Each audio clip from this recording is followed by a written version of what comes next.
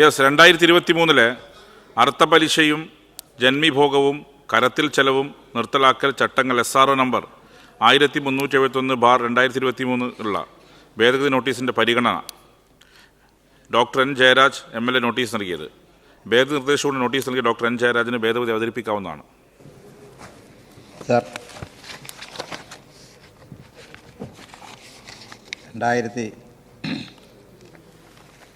16/12/2023 SRO number 1371/2023 ഈ വിജ്ഞാപനത്തിനുള്ള ഭേദഗതി നോട്ടീസാണ് ഞാൻ കൊടുത്തിരിക്കുന്നത്. സർ, ഇതിനകത്ത് പ്രധാനമായിട്ടുള്ളത് ഈ ചട്ടത്തിനകത്തുണ്ടായ ഒരു പ്രധാനപ്പെട്ട വിഷയം, ഏതൊരു ജന്മിയും ഈ ചട്ടത്തിൽ വന്ന് 2 മാസത്തിനുള്ളിൽ തഹസീൽദാർ മുമ്പാകെ ചട്ടത്തെ അനുബന്ധം പ്രകാരമുള്ള ഭാരത്തിൽ അപേക്ഷ സമർപ്പിക്കേണ്ടതാണ്. യഥാർത്ഥത്തിൽ 2007 ആക്ടാണ്. 2007 ആക്ടിന് ഞാൻ പറയണ്ടേ, നിങ്ങൾ ചുരുക്കി പറഞ്ഞു. 2023 ഡിസംബറിലാണ് സത്യത്തിൽ ചട്ടം ഉണ്ടാകുന്നത്.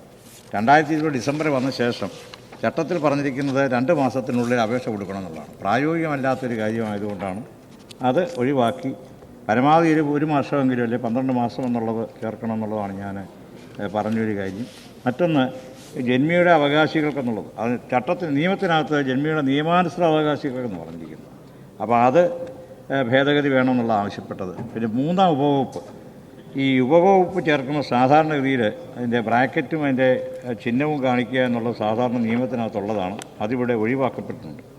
മറ്റൊന്ന്, പൂർണ്ണമായും നഷ്ടപരിഹാരത്തിന് അർഹതയില്ല എങ്കിലും സാർ നിയമത്തിനകത്ത് പറഞ്ഞിരിക്കുന്നത് പൂർണ്ണമായി അവകാശമില്ലാത്ത ഉടമസ്ഥനോ ആണെങ്കിൽ എന്നാണ് പറഞ്ഞിരിക്കുന്നത്. അപ്പോൾ അത് തിരുത്തണം എന്നുള്ളതാണ് പ്രധാനപ്പെട്ട കാര്യം. അപ്പോൾ ആക്ട് ഉൾപ്പെടുത്തിയിട്ടില്ല സാർ. ട്രസ്റ്റ് മാത്രമേ എൻഡോമെൻ്റ് ഉണ്ട്, അത് ഉപേക്ഷിക്കൂ. നഷ്ടപരിഹാര പട്ടിക എന്നുള്ളത് അതിനകത്തൊരു ചെറിയ പ്രശ്നമുള്ളത്, ഈ ആക്ടിലെ 8-ാം വകുപ്പ് പ്രകാരം 1A വകുപ്പിൻ്റെ നോട്ടീസും ഗസറ്റ് പ്രസിദ്ധപ്പെടുത്തണമെന്നുള്ളതാണ് വ്യവസ്ഥ ചെയ്യുന്നത്. അത് ഇതിനകത്ത് കാണിച്ചിട്ടില്ല. നോട്ടീസ് നിർദ്ദേശിക്കുന്ന ആ സ്ഥലത്തും എന്നുള്ളതാണ്. അപ്പോൾ ആക്ടിനകത്ത് പറഞ്ഞിരിക്കുന്ന സ്ഥലത്തും എന്നുള്ളത് ഒഴിവാക്കപ്പെട്ടിട്ടുണ്ട്. ആക്ടിൻ്റെ വകുപ്പ് 15(2)C, ഈ ആക്ടിൻ്റെ സെക്ഷൻ 15(2)Cയിൽ ഈ അപ്പീൽ ഫീസ് സാധാരണഗതിയിൽ തഹസീൽദാർ കഴിഞ്ഞാൽ പിന്നെ നേരെ സബ് കോടതിയിലേക്കാണ് പോകുന്നത്. അതിന് മുമ്പുള്ള അപ്പലേറ്റ് അതോറിറ്റികളെ ഒന്നും കാണുന്നില്ല. അതാണ് സാർ ഒരു പ്രധാനപ്പെട്ട വിഷയം. അതുകൊണ്ട് ഈ അപ്പീൽ ഫീസ് സംബന്ധിച്ചുള്ള കാര്യം പരാമർശിക്കപ്പെട്ടില്ല. 2-3 കൂടെ ഉള്ളൂ. ചട്ടം 5 പ്രകാരമുള്ള ഓക്കെ. ഞാൻ എന്നാൽ അപ്പം പിന്നെ ഞാൻ അത് പ്രസന്റ് ചെയ്യുന്നു. ബഹുമാനപ്പെട്ട റവന്യൂ ഭവന നിർമ്മാണ വകുപ്പ് മന്ത്രി സാർ, ബഹുമാനപ്പെട്ട ചീഫ് വിപ്പ് കൂടിയായിട്ടുള്ള ശ്രീ ജയരാജ് കാര്യത്തിൽ നടത്തിയിട്ടുള്ള ഒരു പ്രയത്നം നിയമനിർമ്മാണ സഭയിലെ അംഗങ്ങൾക്ക് പൊതുവെ സ്വാഗതാർഹമായിട്ടുള്ള ഒരു മോഡലാണ്. ഞാൻ ആദ്യമായിട്ട് അദ്ദേഹത്തിൻ്റെ ഈ എഫർട്ടിനെ അംഗീകരിക്കുകയാണ്. ഭേദഗതി നിർദ്ദേശങ്ങളിൽ നല്ലൊരു ശതമാനം നമുക്ക് അംഗീകരിക്കാവുന്നതാണ്. 1-ാമത്തെ ഭേദഗതി 2 മാസത്തിനുള്ളിൽ എന്നുള്ളത് 12 മാസത്തിനുള്ളിൽ സ്വീകരിക്കാവുന്നതാണ്. 2-ാമത്തെ ഭേദഗതി ചട്ടം 4(1)D ജന്മിയുടെ അവകാശികൾക്ക് സ്വാഭാവികമായിട്ടും നേരത്തെ പറഞ്ഞ പോലെ 11-ാം വകുപ്പിൻ്റെ 2-ാം ഉപവകുപ്പ് പ്രകാരം ആ പരാമർശം തന്നെയാണ്. അത് നമുക്ക് സ്വീകരിക്കാവുന്നതാണ്. 3-ൽ പറയുന്ന ചട്ടം 5-ലെ 2 ഭേദഗതികൾ, അതിലൊന്ന് നമുക്ക് 3-ാം ഉപവകുപ്പ് എന്നുള്ളതിൻ്റെ അക്കവും ചിഹ്നവും ചേർക്കലാണ്. 3-ലെ 5-ൻ്റെ 1 അത് നമുക്ക് സ്വീകരിക്കാവുന്നതാണ്. 5-ലെ 2 അങ്ങ് പറഞ്ഞതിനേക്കാൾ കുറച്ചുകൂടി കൂട്ടേണ്ടതുണ്ട്. കാരണം 11-ാം വകുപ്പിൻ്റെ 3-ാം ഉപവകുപ്പ് പ്രകാരം പൂർണ്ണമായും അവകാശമില്ലാത്ത ഉടമസ്ഥനോ അതിൻ്റെ കൂട്ടത്തിൽ അല്ലെങ്കിൽ നിയമപരമായി അവശത അനുഭവിക്കുന്ന ആളോ ആണെങ്കിൽ എന്ന വാക്കുകൂടി ചേർത്ത് ഔദ്യോഗിക ഭേദഗതികളോടുകൂടി അത് അംഗീകരിക്കാവുന്നതാണ്. 3-ാമത്തേതിൽ തന്നെ ചട്ടം 5-ൻ്റെ 3-ൽ ട്രസ്റ്റിൻ്റെയോ എൻഡോമെൻറ്റിൻ്റെയോ എന്ന വാക്കുകൾ കൂടി കൂട്ടിച്ചേർക്കണം എന്ന കാര്യം സ്വീകരിക്കാവുന്നതാണ്. അത് ആക്ടിലും ചട്ടത്തിലും ആ പരാമർശം അങ്ങനെ തന്നെയാണ് അങ്ങ് പറഞ്ഞതുപോലെ അത് ഉൾക്കൊള്ളാവുന്നതാണ്. 4-ാമത്തേതിൽ ചട്ടം 6(1)ൽ നഷ്ടപരിഹാര പട്ടിക തയ്യാറാക്കിയ ശേഷം എന്നതിൻ്റെ കൂട്ടത്തിൽ നഷ്ടപരിഹാര പട്ടികയും അനുബന്ധം 3-ലെ ഫോറം നമ്പർ 3 പ്രകാരമുള്ള നോട്ടീസും സ്വാഭാവികമായിട്ടും പിന്നെ ആക്ട് പ്രകാരം അതിനകത്തുള്ളതാണ്. അത് പിന്നെ സ്വീകരിക്കാവുന്നതാണ്. അതിൻ്റെ 6(2)ൽ നോട്ടീസിൽ നിർദ്ദേശിച്ചിരിക്കുന്ന സ്ഥലത്തും അത് 8-ാം വകുപ്പിൻ്റെ 1-ാം ഉപവകുപ്പ് A-യിൽ അങ്ങനെ തന്നെയാണ് പരാമർശം. അത് ഉൾക്കൊള്ളാവുന്നതാണ്.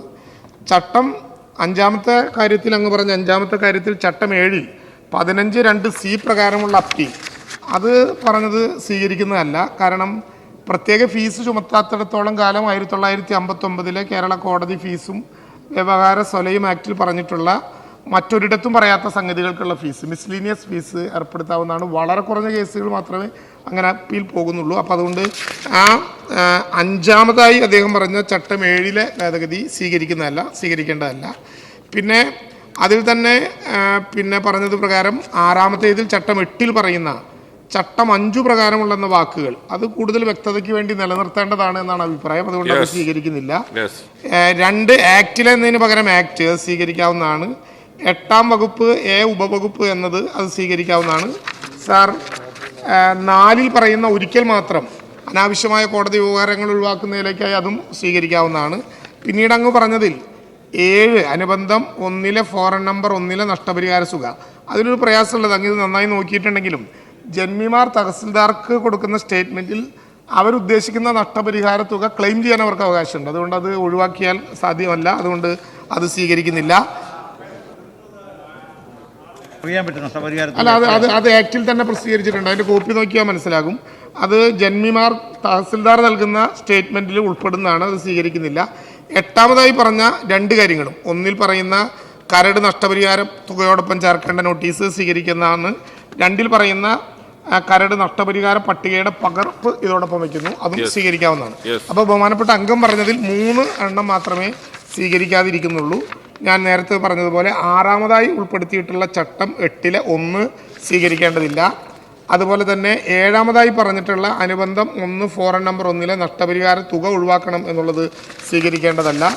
ഇടയിൽ നേരത്തെ ഇവിടെ ഞാൻ വിശദീകരിച്ചതുപോലെ 5-ാമതായി പറഞ്ഞതിൽ ചട്ടം 7 നിർദ്ദേശം, ഫീസുമായ നിർദ്ദേശം സ്വീകരിക്കേണ്ടതല്ല. ബാക്കിയെല്ലാം സ്വീകരിക്കാം.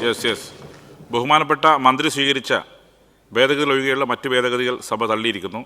ബഹുമാനപ്പെട്ട മന്ത്രി സ്വീകരിച്ച ഭേദഗതികൾ സഭ അംഗീകരിച്ചിരിക്കുന്നു. ഓർഡർ 2023 അർത്ഥവലിശയും ജന്മിഭോഗവും കരത്തിൽ ചെലവും നിർത്തലാക്കൽ ചട്ടങ്ങളിന്മേൽ ഇപ്പോൾ സഭ അംഗീകരിച്ച ഒട്ടുമിക്ക ഭേദഗതികളും അതിൻ്റെ ഡ്രാഫ്റ്റിംഗ് തലത്തിൽ കടന്നുകൂടിയ പിശകുകളാണെന്നാണ് കാണുന്നത്. ബന്ധപ്പെട്ട ഉദ്യോഗസ്ഥർ ഇക്കാര്യത്തിൽ കൂടുതൽ ശ്രദ്ധ ചെലുത്തേണ്ടതാണെന്ന് ചെയർ റൂൾ ചെയ്യുന്നു. സർക്കാർ പുറപ്പെടുവിക്കുന്ന ചട്ടങ്ങളിൽ കടന്നുകൂടുന്ന പിശകുകൾ തിരുത്തുക എന്ന ഭാരിച്ചുത്തരവാദിത്വം കൂടി സഭാതലത്തിൽ ഏറ്റെടുക്കുന്നത് സഭയുടെ വിലയേറിയ സമയം നഷ്ടപ്പെടാൻ ഇടയാക്കുന്നതാണ്.